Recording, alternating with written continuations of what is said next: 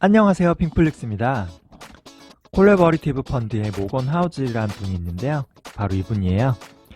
앞으로 세상에 큰 변화를 만들 세 가지에 대해서 좀 강조한 적이 있어요. 세 가지는 바로 인구 변화, 그리고 두 번째는 빈부격차, 마지막 세 번째는 정보의 접근성이에요. 저는 이 세 가지 중에 그 인구 변화가 가장 좀 인상 깊게 느껴졌거든요.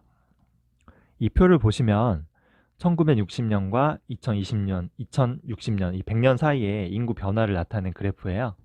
얘가 나이고요. 그 한눈에 봐도 1960년도에는 젊은 인구가 많았죠. 어린 인구가 많았는데 반면에 이렇게 노인 인구는 적었어요. 하지만 이게 100년이 지나면서 이렇게 플랫해지죠. 비슷해지죠.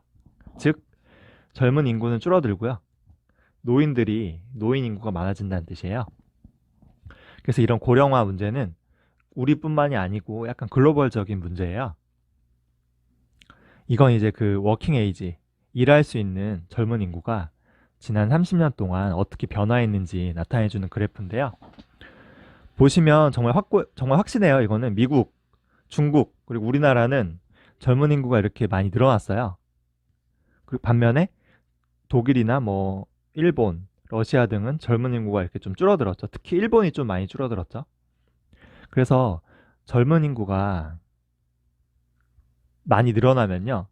경제도 그만큼 성장을 해요. 실제로 미국, 중국, 우리나라 다 경제 성장을 많이 해왔잖아요. 30년 동안은. 반면에 일본같이 젊은 인구가 줄어들면은 침체를 겪게 되는 거예요. 일본은 뭐 거의 잃어버린 30년이라고 할 만큼 엄청난 경제 침체와 이제 디플레이션을 겪었잖아요. 그래서 젊은 인구의 어떤 그 젊은 인구 자체가 경제 성장에 엄청난 영향을 끼친다는 거예요. 근데 이건 과거잖아요. 중요한 건 과거는 중요하지 않아요. 이제 그럼 미래는 어떻게 될 거냐. 미래의 젊은 인구가 어떻게 될 것이냐. 이게 가장 중요하잖아요. 여기 나와 있습니다. 워킹 에이지 일할 수 있는 지난 30년 후 예상이에요. 체인지 변화율인데 엄청 암울하죠. 뭐 중국, 독일, 이태리, 일본, 러시아, 우리나라 다 이렇게 젊은 인구가 줄어요. 엄청나게 줄고 있죠. 특히 우리나라가 제일 심각해요. 마이너스 30%? 그래서 아까 일본이 14% 감소했는데 잃어버린 30년이 왔잖아요. 우리나라도 대비 안 하면 정말 어떤 가혹한 미래가 있을지 정말 걱정이 돼요. 중국도 장난 아니죠. 마이너스 20%. 젊은 인구가 20% 가까이 사라진다는 거예요. 오로지 여기서 미국만이 건재해요. 미국은 오히려 13%가 늘어나요. 젊은 인구가. 그게 좀 이상하죠. 왜냐하면 출산율이 미국이 그렇게 높다고 할 수 없거든요. 근데 왜 미국만 이렇게 젊은 인구가 계속 늘어날까요? 그건 바로 미국이 이민자의 나라고요. 기회의 땅이기 때문이에요. 트럼프가 아무리 고립주의를 외쳐대지만 여전히 전 세계의 정말 젊은 인재들은, 똑똑한 인재들은요, 이렇게 미국으로 몰려가고 있어요, 지금도. 여기 미국이죠. 실제로 미국은 태어나는 신생아와 이민자의 수가 거의 비슷한데요. 이제 십수년이 지나면 오히려 이민자의 수가 신생아를 이제 추월한다고 해요. 그런 면에서 우리나라는 좀 너무 암울해요. 작년에 우리나라에 들어온 이민자의 수는 들어온 수가 1만 명인데 나간 수는 3만 명이에요. 그럼 이민 들어온 사람보다 나간 수가 더 많다는 거예요. 지금 뭐 상속세 피하기 위해서 어떤 미국이나 호주 같은 선진국에 이제 비자 얻기 열풍이 있어요. 그게 뭐냐면은 그 한국을 빠져나가는 이 이민자들은 부자라는 거예요. 재산이 많은 사람들이라는 거죠. 반면에 한국으로 들어오는 이민자들은 부자라기보다 노동자들이 많아요. 이런 노동자들이 많은 거죠.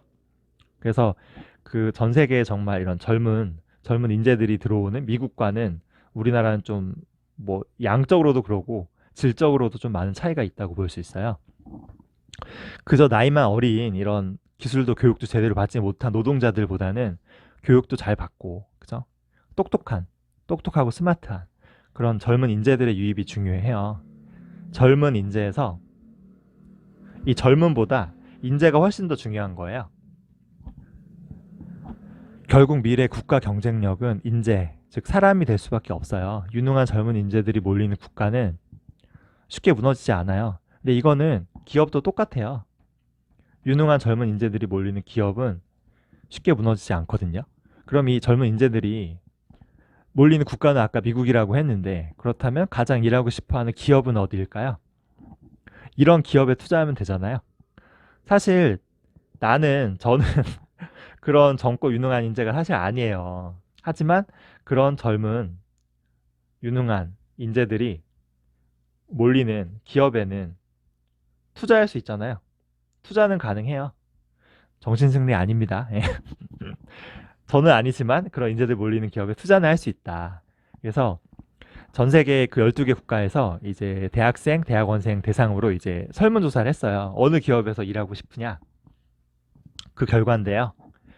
2016년, 17년, 18년, 19년 모두 1위는 구글입니다. 정말 갓 구글이죠. 구글은 특이한 게 그 문과나 이제 공대생이나 똑같이 1위예요. 원래 문과는 좀 순위가 다르거든요. 이건 공대 순위인데 구글은 문과 공대 할 거 없이 1위입니다.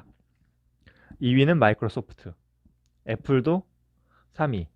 이 1, 2, 3위는 특이한 게 바뀌지 않아요. 그 밑에는 다 바뀌잖아요. 조금 조금씩. 1, 2, 3위는 바뀌지 않는다는 거. 아마 2020년 올해도 똑같을 거예요. 여기서 한 가지 특이한 거는 이제 중국 대학생들의 변화예요. 중국 대학생들이 기존에는 외국계 기업을 선호했어요. 이런 구글, 뭐 애플 이런 데를. 근데 우리나라도 외국계 좋아하잖아요. 근데 이게 최근에는 중국 자국 내 기업으로 좀 많이 바뀌었다고 해요. 10년 전에는 이제 중국 공학도의 선호 직장 중 절반 이상이 외국 기업이었는데 올해는 애플과 지멘스 다 두 곳뿐이었다고 해요. 이게 뭐 단순한 애국심일 수도 있겠지만 가장 큰 이유는 자기 본국에서 자신의 꿈과 이상을 실현하고자 하는 이유가 제일 크다고 해요. 제가 주변에 중국 친구들한테 물어보니까 걔 친구들 말도 중국 자국에서 오히려 자기가 더 성장할 수 있는 기회가 많다는 거예요. 왜냐하면 중국이 더 미국보다 성장하고 있잖아요. 그 중국도 이런 뭐 구글, 애플, 마이크로소프트 같은 글로벌적인 기업이 또 생긴 이유도 있어요. 뭐 알리바바나 텐센트 같은. 중국 내에서 중국인을 가장 가고 싶어하는 어떤 직장 순위를 봤는데요. 제가 부족한 중국어 실력으로 좀 통역을 했습니다. 얘가 이제 문과라 보시면 되고, 얘가 이제 공대예요. 특이한 거는 화웨이가 문과, 공대 가리지 않고 1위예요. 하지만 화웨이는 미국에 엄청 공격당하고 있잖아요. 근데 얘는 상장이 안 돼 있어서 안타깝게 투자를 못 합니다. 2위는 알리바바, 텐센트, 그리고 공대는 바이두순. 한 가지 특이한 거는 공대생 2위가 샤오미라는 거예요. 샤오미도 괜찮은 기업이긴 한데요. 개인적으로는 제가 샤오미 폰을 쓰고 있는데 이게 가성비가 너무 좋아요. 근데 이 가성비가 좋다는 거는 샤오미로서는 마진이 낮다는 거잖아요. 그래서 이게 좀 전 안타까워요. 마진이 박하니까 이 마진을 좀 올리려고 하면은 가성비가 안 좋아지고 그죠? 가성비가 좋으면 마진이 안 좋아지는. 그래서 얘가 저마진으로 제품을 뿌려놓고 뭐 사물 인터넷 등으로 돈 번다고 하는데 저는 좀 녹록치는 않아 보여요. 어쨌든 화웨이, 알리바바, 텐센트 이런 순인데 또 하나 특이한 게 있어요. 뭐냐면은 우리도 그렇지만 원래 중국의 문과생들의 최선호 직장은 뭐 중국은행, 공상은행 등 이런 철박통인 국영은행들이에요. 우리도 뭐 한국은행이나 이런 수출입은행 등 이런 국영은행 좋아하잖아요. 근데 보시면 최근에 이 문과생도 이 중국은행이 물론 있지만 이 다 은행들이에요. 1, 2, 3위는 화웨이, 알리바바, 텐센트 같은 IT 테크 글로벌 테크 기업이라는 거예요. 철밥통 이런 국영은행에 들어가서 정말 안정적인 삶은 택하다기보다는 이제 글로벌 IT 테크 기업에서 자신의 능력을 펼칠 수 있는 도전을 택하는 그런 젊은이들이 늘어난다는 거예요. 전 세계적으로 그 선호 직장을 택한 이유는 미래의 수익성이에요. 즉, 혁신과 미래의 가능성, 자신의 꿈과 이상을 실현하는 거예요, 바로. 그런 이유가 가장 컸는데요. 이게 1위, 글로벌적으로. 우리나라만 이게 달라요. 이제 한국만 한국은 1위가 공대생은 고용, 안정. 그리고 문과생은 높은 기본급. 아, 이게 한국만 이래요. 그래서 고용 안정과 높은 기본급을 1위로 뽑은 이런 국가는 한국이 유일해요. 아, 그게 너무 좀 안타깝더라고요. 그만큼 한국 대학생들이 이제 혁신과 어떤 미래보다는 당장의 안정과 그죠, 급여를 더 소중히 여긴다는 거예요. 이런 환경에서 과연 파괴적인 혁신이나 그죠? 성장이 이루어질 수 있을까요? 소중한 내 돈을 어디에 투자해야 될지 다시 한번 좀 깨닫게 되었어요. 미국이 이기든 중국이 이기든 상관이 없어요. 이렇게 전 세계의 젊은 인재들이 몰리는 그런 기업에 투자하면 돼요. 나보다 공부도 많이 하고요. 똑똑한 그들이 밤새워 일하는 그런 기업에 투자하면 되는 거예요. 이거 보세요. 밥 먹듯이 야근한대잖아요. 구글, 애플 이런 실리콘밸리의 기업들이 주 70시간씩 일하고 있어요. 밤새워서. 왜냐하면 이 다 주주를 위해 일하는 거예요. 여기에 투자하면 되는 거예요. 이 자본주의 세상에서 굳이 내가 직접 할 필요 없어요. 나보다 더 능력이 뛰어난 밤낮 없이 이렇게 열심히 일하는 사람들에게 돈을 투자하면 되는 거예요. 그게 자본주의의 핵심이죠. 전 세계에 이런 날고 기는 그런 몰리는 인재들이 몰리는 기업이 어디예요? 아까 여기 써 있잖아요. 구글, 마이크로소프트, 애플, 알리바바, 텐센트, 바이두까지. 그래서 물론 이런 대학생들의 선호 직장 순위는 참고 사항이에요. 뭐 절대적이지 않고요. 이런 기업 투자는 기업의 본질이 가장 소중합니다. 하지만 이런 기업들 모두 지금 돈을 잘 벌고 있어요. 그리고 꾸준히 본 사업에서 매출과 순이익이 성장하고 있어요. 그리고 미래 먹거리도 잘 찾아서 투자하고 있죠. 미래 먹거리 엄청나게 투자하고 있잖아요. 여기에 더불어 전 세계의 젊은 인재들이 가장 몰리고 있죠. 일하고 싶어서.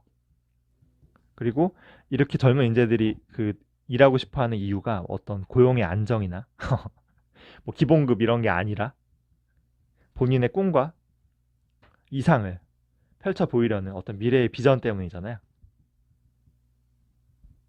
이는 투자하는 데 있어서 꽤 괜찮은 이유가 될 수 있을 것 같아요. 그 젊은 인재들이 자신의 꿈과 이상, 미래의 비전을 위해서 열심히 일하려고 하기 때문에 이런 기업들은 잘 될 수밖에 없다. 사람이 먼저예요. 이건 투자의 세계에서도 적용이 될 수 있어요. 결국 훌륭한 기업도 결국 훌륭한 좋은 사람에게서 나오거든요. 그런 기업에 장기 투자해야 돼요. 지금 이 글을 쓰고 있는 이 시간에도 이런 중국과 미국의 실리콘밸리에서는 내가 투자한 기업의 직원들이 정말 반낮 없이 주주인 나를 위해 열심히 일하고 있어요. 잠도 섹스도 삶도 없는 어떤 중국의 실리콘밸리, 크레이지 워크라고 하잖아요. 저희는 명심해야 돼요. 이 세계는 노동주의가 아니에요. 노동주의 사회가 아니죠. 그쵸? 자본주의 사회죠. 자본이 중심이에요. 그래서 우리는 항상 이 노동자가 되기 위해 교육을 받았는데 정작 실상은 자본주의 세계라는 거. 이렇게 젊은 인재들이 열심히 나를 위해 일할 수 있도록 투자를 열심히 해야 된다. 준비한 내용 여기까지고요. 계속 좋은 영상 만들어서 올리도록 할게요. 좋아요와 구독 많이 눌러주세요.